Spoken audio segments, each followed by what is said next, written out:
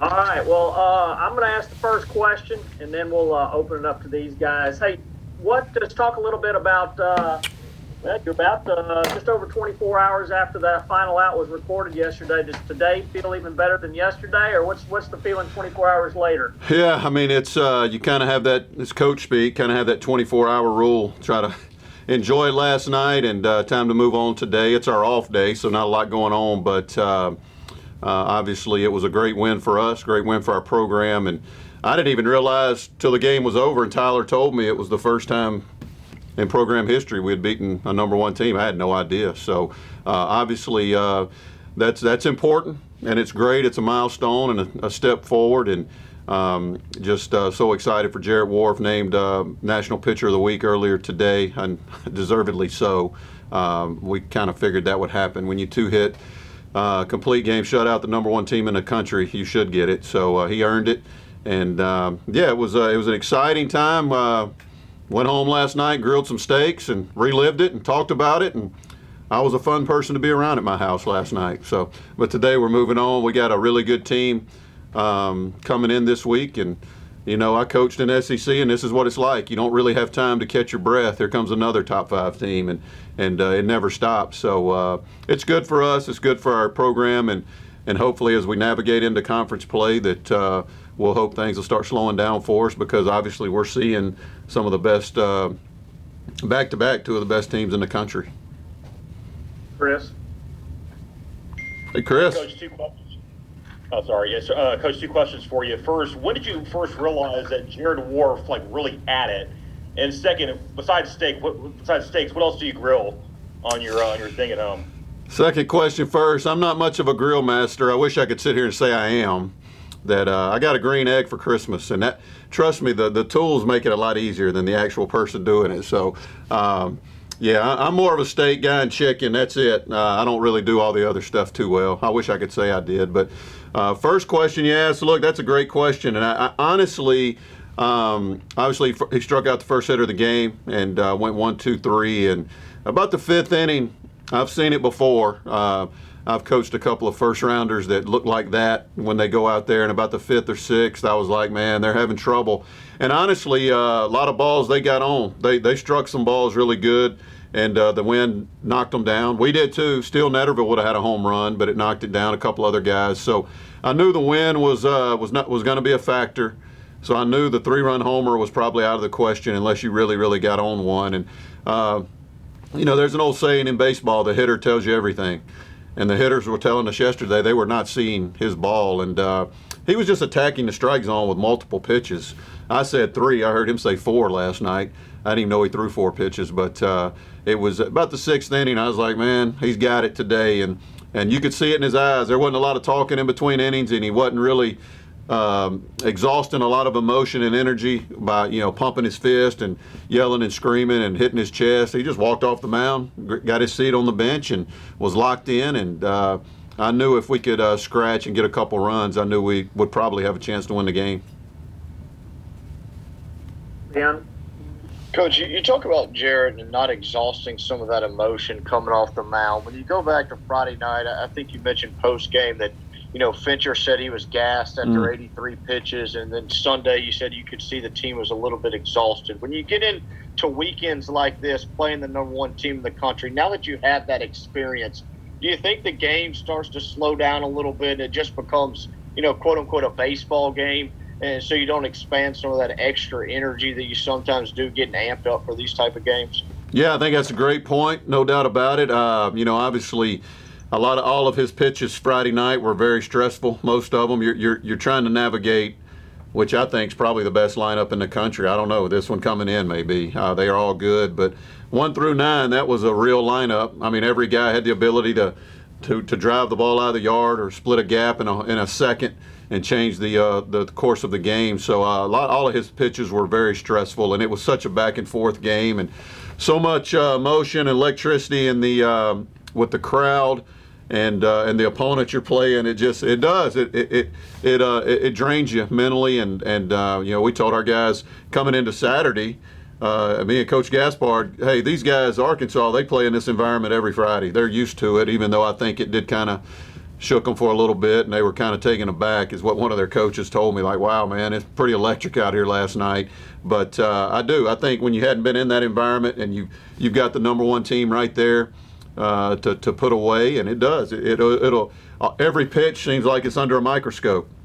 And I know that's what Fincher felt like. And I thought he had a couple innings where his velocity dropped. I don't know if the radar gun wasn't working properly. And then he went back out about the fifth, and it was back up. And, I was like, man, that's weird. The gun's kind of jumping around on him. And I thought the ball was coming out of his hand. And Coach Silva came and told me, he's like, he's done, as I was going out to the third base box. And I was like, he's done? He said, yeah. And Finch ain't going to tell you he's done. He said he's gassed, and that's all he's got. So that's why we made the move. And but you hope it does, Ben. You hope it slows down. Obviously, we have a really good league. Conference USA is a great baseball league. Just look at the scores. Charlotte beat Tennessee last week, and some others. I mean, it's so. But you hope, having coached in that league, one thing I can tell you is it prepares you for everything. There's nothing you'll see in a regional, a super regional, or the College World Series that you hadn't already seen. I mean, we saw 98 the other night. I don't know if we'll see that again. We may see it tomorrow night, but the guy they brought in at the end of the game Friday, he was 98 up to 100 is what I was told. So, yeah, you hope it does kind of slow down as you continue, and you've been in that environment, continue to navigate. Corey? Lane, you guys go from, as you've mentioned a couple times, seeing a lineup from 1 to 9 that's, as good as anybody in the country, now to the next couple days facing, at least in my eyes, probably the best hitter in the country in Elko. Yeah. Is this a kid that you guys even try to pitch to over the next couple days? What are his weaknesses, if you've been able to see any, and how scary is he? Very, and they have a great lineup too. And it's kind of like Arkansas. You don't want him to beat you, obviously, because he's putting up great numbers, and he can do some damage with the bat. And he's one pitch away from turning the game completely around in his team's direction. But you kind of pick your poison. Their 8-hole hitter, 9-hole battles the other day, he hit the home run to win the game for him Friday night, and he's hitting at the bottom of the order. So there's only so many guys you can pitch around, but obviously he's their guy. He's one of the best hitters in the country, and I don't know if there is many weaknesses. You just gotta attack. You can't give in, and if there's a base open or there's a chance for him to drive in runs and win the ball game, you can't pitch to him if you have that opportunity. You can't. There is always one guy, and for us it's Bates, it's Netterville, that get pitched really hard, and that's the guy you circle. Every staff does it, goes, this guy can't beat us. If one of these other guys beat us like the other night, so be it, but we can't let this guy beat us. And it's just those lineups are really long. There's a lot of professional players in it. There's a lot of future big leaguers in it. There's a lot of guys that turn down a lot of money to come to college. So those are real lineups, and you just gotta hope it's like Wharf yesterday. Hope he's got them off balance. Hope he's filling up the zone with multiple pitches, and he's destroying all their balance and rhythm. That's what you hope from your pitcher. Chris? Hey, Coach, after a series where on Friday you had the lead but ultimately fell in extra innings, and then on Sunday winning 2-0, did this series tell y'all this weekend that, hey, we really are a really solid baseball team, and we can compete against the best of the best? It should. I mean, we went toe-to-toe with them Friday night. I thought we got boat race Saturday. It was 8-1. It felt like it was 15-1, to be honest with you. I didn't think we played well. I thought we looked a little lethargic, a little punch drunk, if you will, from the night before, and they took it to us. But to bounce back on Sunday, and we didn't take BP on the field. We kind of stayed out of our guys' way. We had an early chapel, 7:30, and hey, go get yourself ready to play. We're hitting inside, and they did. We let them. We stayed away from them. Didn't try to push them too hard, and just go out and play the game today. You know what you got to do. We need to win. We need to win this ball game, and you don't go into it knowing you're going to get that performance on the mound. So obviously that played a huge role into it. But yeah, you should look at this weekend and go, hey, I'm not into moral victories, and I know that's Coach. We played good Friday night. I was not happy we lost. I was happy with the way we played and the effort and the energy, but I couldn't go home excited that we played good and lost. But in saying that, I think we went toe-to-toe with them and ended up winning a game, and it should let everybody know in our program and throughout the country. We can play with anybody in the country if we come out and we're focused and we're locked in and control what we can and do what we do. I think we can. A weekend like this does tell you that. Ben, go ahead. Coach, obviously you guys play in a really difficult league as far as Conference USA goes. But when you look at Arkansas and Ole Miss, and I'm sure when y'all put together scouting reports and look at some of the depth in these lineups, you have the by-the-book hitters where you kind of attack them like you would attack any other hitter. But how much of these guys do you really have to develop game plans for 1 through 9 versus just the by-the-book, normal collegiate hitter that you normally see? Yeah, I think you do. You a lot of them you're going to have to pitch backwards. You can't give in, and maybe it's a 3-1 to one of their middle of the order guys. You can't just drill a fastball in there. They're going to be all over it. So kind of similar to what you see the way Bates is pitched and Netterville's pitched, guys that can drive the ball out of the park, and it does make it tough because those lineups, even in most leagues, that you can take your breath every now and then, even if it's 8-9 hole hitter, even though they may be good hitters. These guys are elite hitters. They're professional hitters, and there's a difference. And when it's just that long chain, and every link is important and strong. And I felt like that's the way Arkansas was. That's the way Ole Miss is. There's just every guy you have to bear down. You got to. Hey, Coach Silva, I'll give him a lot of credit calling the game yesterday, and I know how mentally draining and exhausting it is to call a baseball game against a team like that yesterday, and especially when it makes it a little better when your guy's landing all his pitches and he's locked in. But like Friday night, I can't even imagine how mentally taxing that was on Coach Silva to call those pitches and be in that tight game. But yeah, you got a game plan different. You do. You got to be careful, a little bit more careful with each guy, and hope you put up some runs on the other side of the ball. Corey? Lane, when you think back to Friday and Saturday against Arkansas, obviously I've covered you guys for a number of years now. Not the best bullpen performance I've seen out of your program. So entering these two games with Ole Miss, what do you and Mike talk to your bullpen guys about? Hey, we need to be a little more consistent over the next couple of days. We need a little more out of you guys. Yeah, I mean, that's obvious. Right now, I don't like talking about injuries because you can't control them, and it's really and truly nobody wants to hear about it. But in saying that, I will. We're missing Fagan right now. He was good for us. We're missing Bo Billings. He's out with shoulder surgery the whole year. Those are guys that you look back at a Friday night and go, wow, been good to put Billings in that situation, or Fagan, or right now Tompkins is dealing with a shoulder. He couldn't post Sunday. We had him down there getting ready, and he phoned back and said, I can't go. So not only are guys, and look, they need to be more than 3-out guys, and that's the whole thing with Aulette the other night. He had the good clean inning, and then he just ran into trouble, and I think the moment got a little big for some of them. That's what we told them Saturday. I think the moment got a little big for a lot of them, but in saying that, there needs to be growth.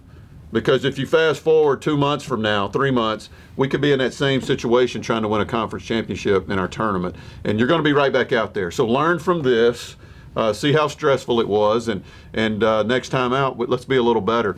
I believe in Greg Martinez and Tanner Knight and Casey Aulette and Cade Hodges, all those guys, Landon Tompkins. They're really good, and they can help us. Obviously, we brought Bryson Bells in the game the other day. He's 95 from down here. He's a freshman, a lefty throwing underneath, and he's up. Even Coach Van Horn said, my God, who's the kid that came in at the end the next day? And I told him, if you'll throw strikes, you can be our closer.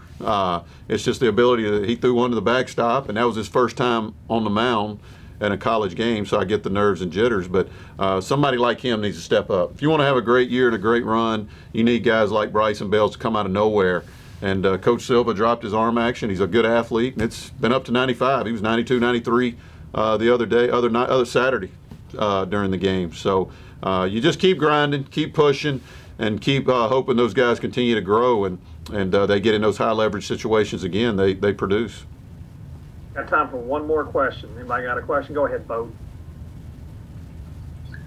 Lane, Friday night, Tech swung the bat really well. Saturday was tough on everybody. Yesterday, Sunday, the wind knocked down what would have been, I believe, a few big hits. What do you take from the weekend batting-wise, and what do you talk to your guys about heading into this week now as far as swinging the bats? Yeah, I thought our approach Friday night was as good as been all year. That guy, if you go look at his numbers, I compared him to Walker Buehler or Sonny Gray. I remember facing Sonny Gray when he was at Vanderbilt. That's who he reminded me of, kind of the same body type. And, he was up to 97 with a real hammer. And I thought our approach against him was outstanding. He was 26 over 5 Ks over walks in 13 innings. And we actually worked his count. And our approach was to hit early. Get on it. If you get the bullet, you need to jump it because you don't want to get behind on him. And I thought our guys, we drew some walks. I thought our approach was really good, not so much Saturday. But if the overall look at the weekend, I thought we hit some balls really hard yesterday. And you kind of take into account we're facing one of the best pitching staffs in the country. Our guys don't see 98. Nobody. The big leaguers don't see that every night. So the velocity we saw this weekend was something you just don't see in college baseball every weekend. So when you take all that into account, I was really pleased with the way we overall, the way we approached the game offensively, and just keep working, keep moving. We hit because we hit. We hit all the time. We have that beautiful indoor facility, and I'm sure guys are in there on our off day right now hitting. I'm sure that they get to go up there and they got a place where they can gather, and that's huge for the development of those players and for recruiting.